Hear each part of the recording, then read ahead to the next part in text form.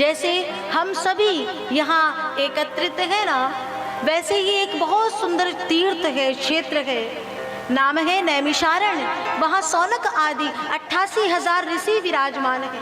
बहुत बड़ा ब्रह्मसत्र चल रहा है और इतने हजारों ऋषियों के बीच में एक ऋषि का आगमन होता है। सूत जी का आगमन हुआ, सबने देखा, उठकर के प्रणाम किया है, सुंदर पुनीत आसन पर बिठाया है। तो सूत जी के हृदय में प्रश्न आया कि ये सभी हमसे उम्र में बहुत बड़े हैं, ज्ञान में भी बड़े हैं, लेकिन मेरे आने पर मुझे प्रणाम किया, क्या इसका कोई खास कारण? मन में बात को रख नहीं पाए, पूछ दिए। तो सौनक जी ने कहा, महाराज, हमने किसी देह को प्रणाम नहीं किया, हमने किसी अवस्था को, आयु को प्रणाम नहीं किया, अपितु आपके भीतर जो कृष्ण तत्व विराजमान है उस तत्व को प्रणाम किया है। इसके पश्चात हमारे प्रणाम करने में एक स्वार्थ भी छुपा हुआ है। और देखो प्यारे, जगत के कार्यों को पूर्ण करने के लिए यदि आप स्वार्थ से कार्य करते हो तो वो स्वार्थांता कहलाती है, लेकिन ईश्वर के कार्य को संपन्न करने के लिए थोड़ा सा स्वार्थ भी डालोगे ना तो वो स्वार्थ भी निस्वार्थ हो जाता है।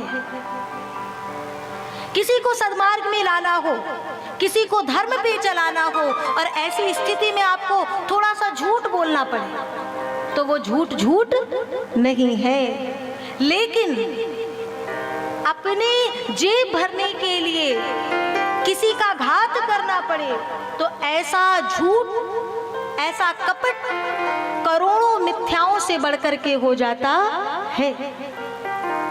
ऐसी स्थिति में सूत जी से सौनक जी ने कहा, हमारा केवल इतना स्वार्थ है कि आगे कली आने वाला है और कलयुग के जीव भोग विलास में प्यारे इतना रत हो जाएंगे कि ठाकुर जी के भजन के लिए इनके पास समय नहीं होगा।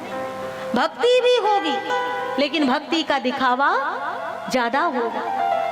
ऐसी स्थिति में एक काम करो, काल व्याल मुखग्रास त्रास निर्णास हेतवे, ऐसी स्थिति में कुछ ऐसी कथा सुना दो जो पावन को भी पावन कर दे और सरकार हृदय में संतोष दिला दे और श्री कृष्ण की प्राप्ति करा दे। सूत जी ने सुना तो सर्वप्रथम अपने गुरुदेव श्री सुखदेव जी महाराज को प्रणाम करते हैं, जो जन्म से निर्विकारी हैं, जिन्हें माया का संसर्ग नहीं है।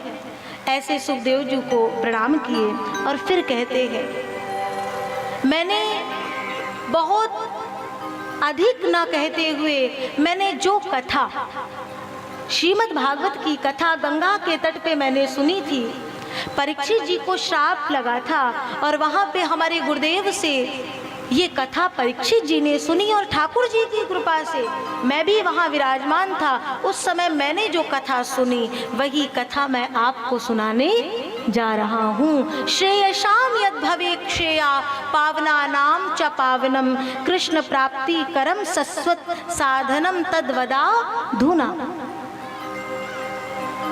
कलयुग की स्थिति तो ये है सरकार कि जिस समय परीक्षित जी आए थे उस समय उनके पास तो 7 दिन का मात्र समय था। देवताओं को पता चला ना कि कथा होने जा रही है। कौन सी कथा? श्रीमद् भागवत सप्ताह ज्ञान यज्ञ। तो अमृत का कलश लेकर के आ गए और कहते हैं आपके यजमान जी को श्राप है कि 7वें दिन तक्षक के काटने से इनकी मृत्यु हो जाएगी, तो एक काम कर दीजिए, इन्हें अमृत दे दीजिए और बदले में विनिमय करके हमें कथा रूपी अमृत का पान करा दीजिए। तो सुखदेव जी ने उस समय देवताओं को फटकार लगा करके भगा दिया था और कहा, अभक्तांश तांश विज्ञाया ना ददौ सा कथा मृतम। कथा सभी के लिए नहीं है। न जाने कितनों का ध्यान चक्कर मकर में रहता है, न जाने कितने तो केवल फोटो दिखाने आते हैं कि वहां से निमंत्रण आया है तो जाना चाहिए। देवता आए, स्वर्ग से आए, और मुझे लगता है कि आज विद्वानों ने कथा को बहुत सरल बना लिया है, बहुत सरल बना लिया है। महाराज जी, बहन जी, कितनी दक्षिणा है?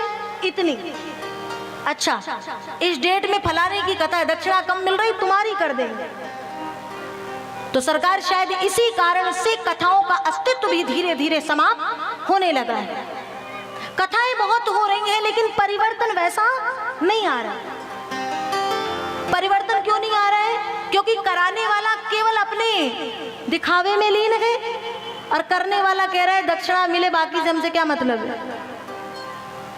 ऐसी स्थिति रही ना सरकार, तो धीरे धीरे धीरे धीरे अगर हम आप धर्म की रक्षा नहीं करेंगे तो धर्म भी हमारी रक्षा करने वाला नहीं है। परमात्मा के कार्य में ईमानदारी दिखाओगे तो परमात्मा कभी तुम्हें रोने का अवसर नहीं लाएगा, और वहां छल करोगे तो जीवन का रोना कभी समाप्त होने वाला नहीं है।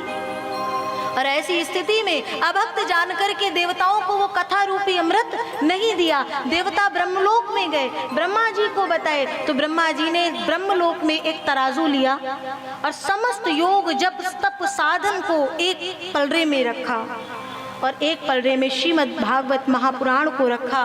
तो सरकार सब साधन रह गए हल्के, पलड़ा झुका कथामृत का।